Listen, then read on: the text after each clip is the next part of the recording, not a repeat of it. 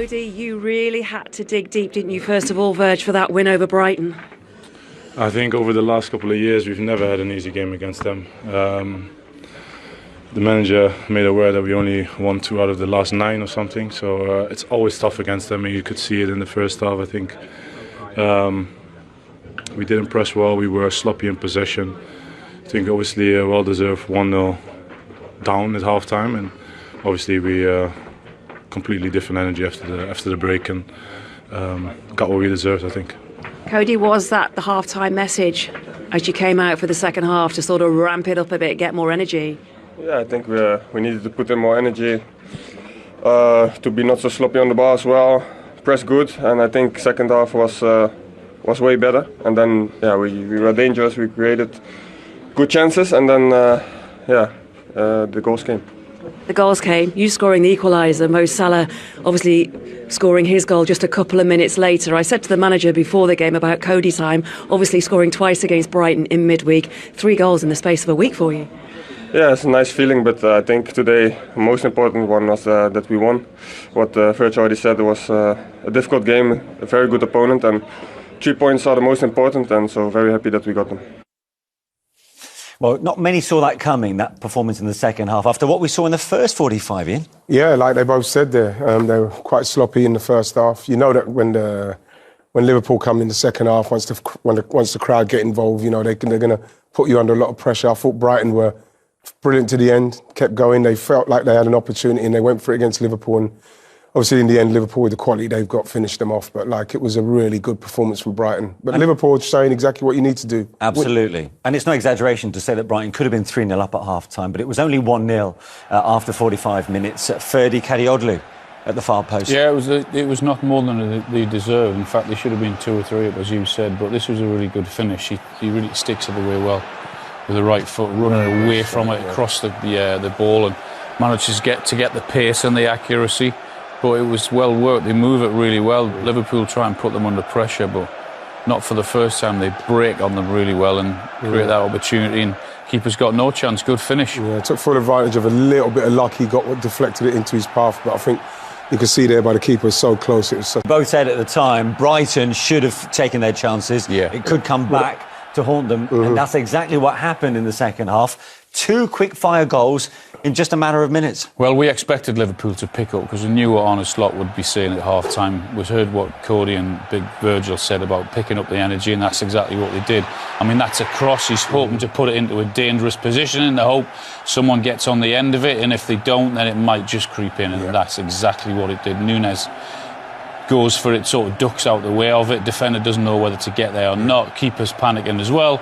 Goes in the corner, and then all of a sudden you're thinking, Liverpool are going to win this. They're back into it. It's very difficult to keep Liverpool off you when they're shooting into the cup. But this is the goal. This is the winning goal. And again, it was a quiet game from Salah. But then, just like he did at Arsenal, you know, if you get him in this situation, you cannot let him come inside.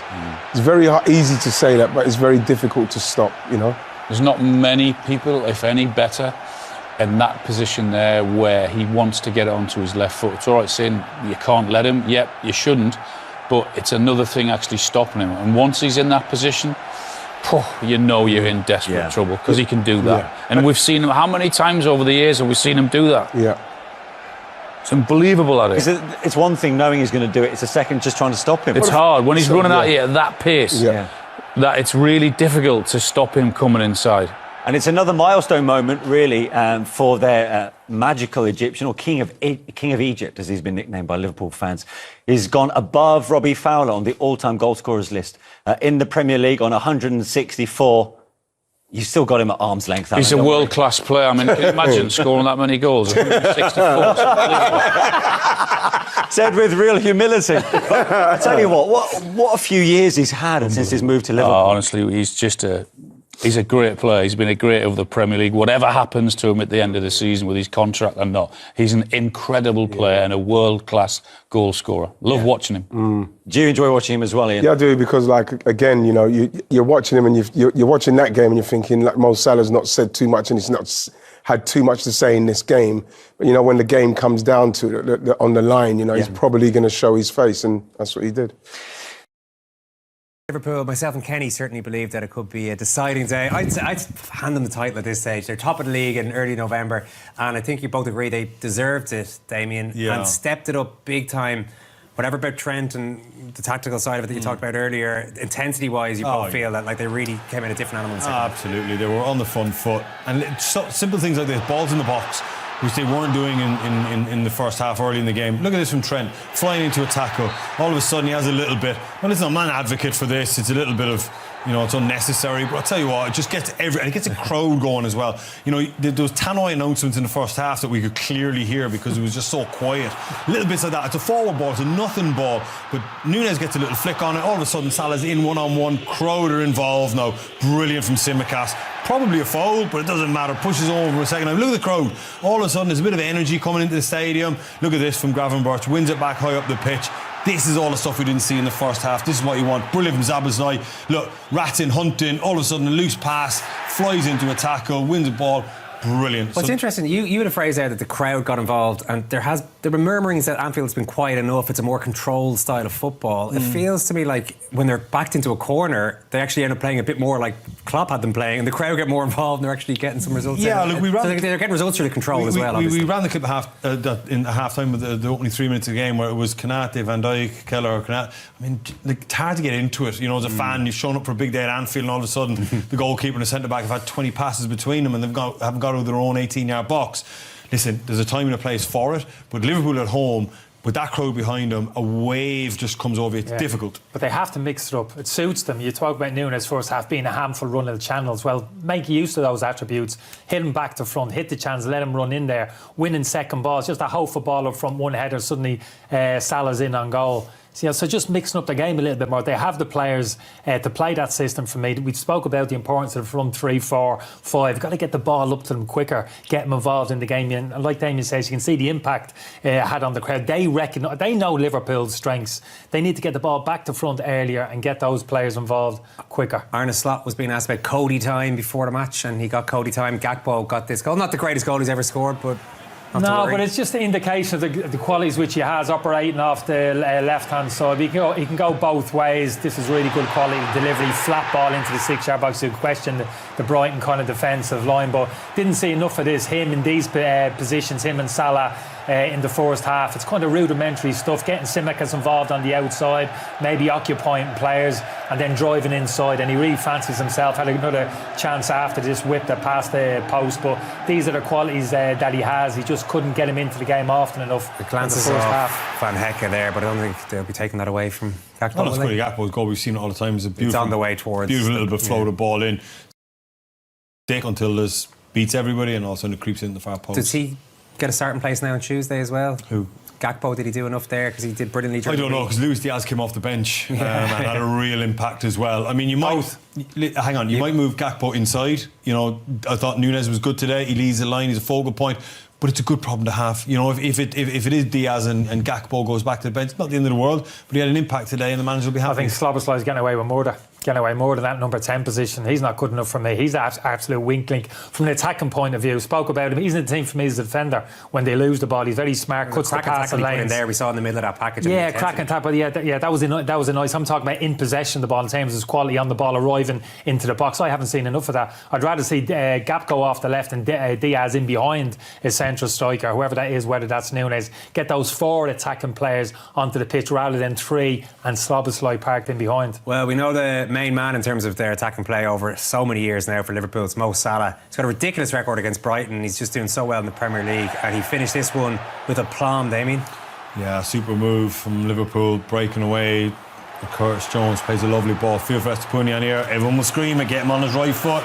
Easier said than done, but as soon as he cuts inside, that goal opens up, and that's a familiar sight. But you look at it, just go from one 18-yard box to the other. That intensity, the drive, all of a sudden, people running with the ball, running past people, 1-2s. Now all of a sudden, Brighton are backpedaling. There's 4 or 5 Brighton players out the bench. Estepunian is doing his best. Well, I won't say he's doing his best, but I mean, maybe he could do a little bit more. But you're hoping for a little bit of help from a midfield player or a centre back, because you know he's going to come inside. But listen, take nothing away. What a finish from Salah. And this studio erupted when that happened. Many of those goals he scored during the course of his career frightening. Van Heck, you see the blonde left-sided centre-half there. He has to recognise Estupiñán's in trouble there. He's got to get over quicker there when he drifts on the inside, try and get a block. But again, we never saw that first half. Those Brighton defenders so comfortable, so much of the ball playing in the Liverpool half. But when they were squeezed second half, which Liverpool did, we saw those little kind of deficiencies in their defensive side. He's played 15 times in the Premier League against Brighton, scored 10 goals and had 6 assists. Only against Manchester United has he produced even more. So he obviously, if a team is a little bit open against Mo Salah, they're going to get taken apart. He's first name on the team sheet for me. Like his goal scoring record, his contributions. Okay, sometimes he gives the ball away, sometimes he's quiet games, but his goal record is incredible. So it's Salah from the side, and then you find your Diaz or Gakpo from the other side, Jota or Núñez down the middle. But he's one guy that I think plenty of options anyway. That's a big conversation. I don't think we have time for that. I don't think he's at the level that he was at 3 or 4 years ago. But if you get him in the right areas of the pitch and those like little pockets with the ball at his feet, he's still absolutely ruthless. He scored 7 goals. Thursday night. We might not have time for this, but I mean, I'll push back stronger on. I guess he's absolutely top of his game. First name on the team sheet. I take your viewpoint, but like for me, he's still top dog at Liverpool. Hasn't got that turn of speed that he had in 1v. He's not beating players in 1v1 situation. Now you carry him a little bit out of the ball, but you always have in terms of the defensive work. But like I said, still get him in the right areas of the pitch with the ball at his feet, players around him. He's ruthless. He's been directly involved in 65% of their Premier League goals this season before today. He was only involved in 50% of them today, I suppose. So maybe his level dropped. A couple of pens in there. What about at the other end of the pitch? I was a bit worried about Konate for Liverpool going off at half time. You guys thought Gomez would do all right.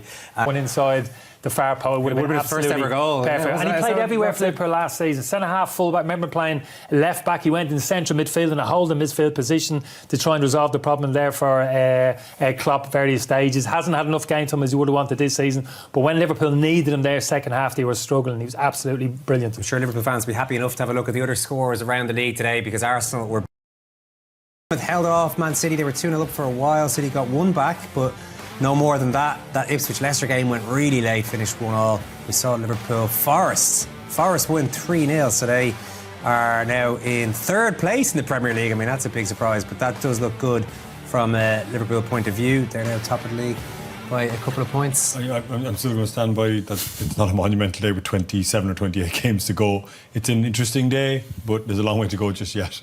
We'll have a look at the table just to shut Damien up for a second here. And there we go. Oh, look at that. 2 points clear. Looks good for Liverpool. But considering it is so early on in the slot reign, like, there's been no problem. Today they didn't play well in the first half, turned it around. And they only dropped 4 points so far. I'll tell you what's going to look a lot better. Manchester City, a 10-point deduction maybe at some stage during. That's the kind of elephant in the room, isn't it? In terms of Manchester City and potential point deductions there. Stay in their coattails, but the signs are good. I think they're in a better investing heavily in the summer. For me, they're in a better place now than they were under Klopp last year. I think he's getting more out of this group, Arne Slot, than Klopp was last season. I really do think he is. Yeah, I wouldn't disagree with that.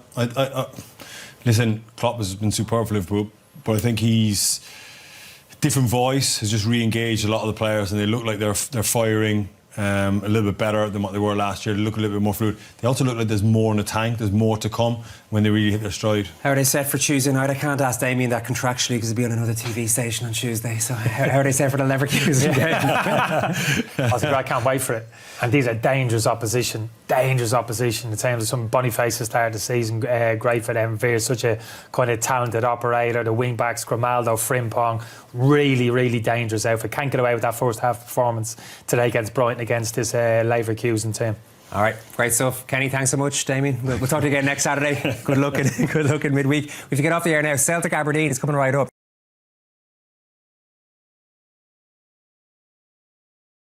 Lunging thorns.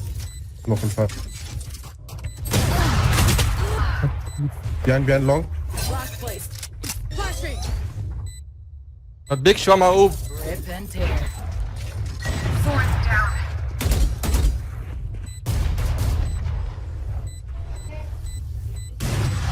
Last player standing. غبي اقسم بالله غبي. حط البول اصلا في السايد. طب ازاي؟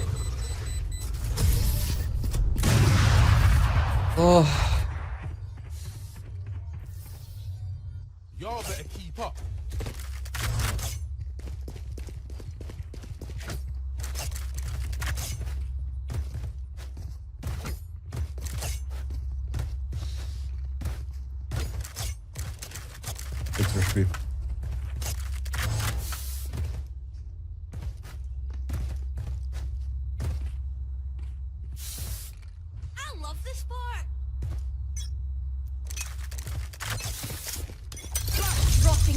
في فلاش ويندو بس.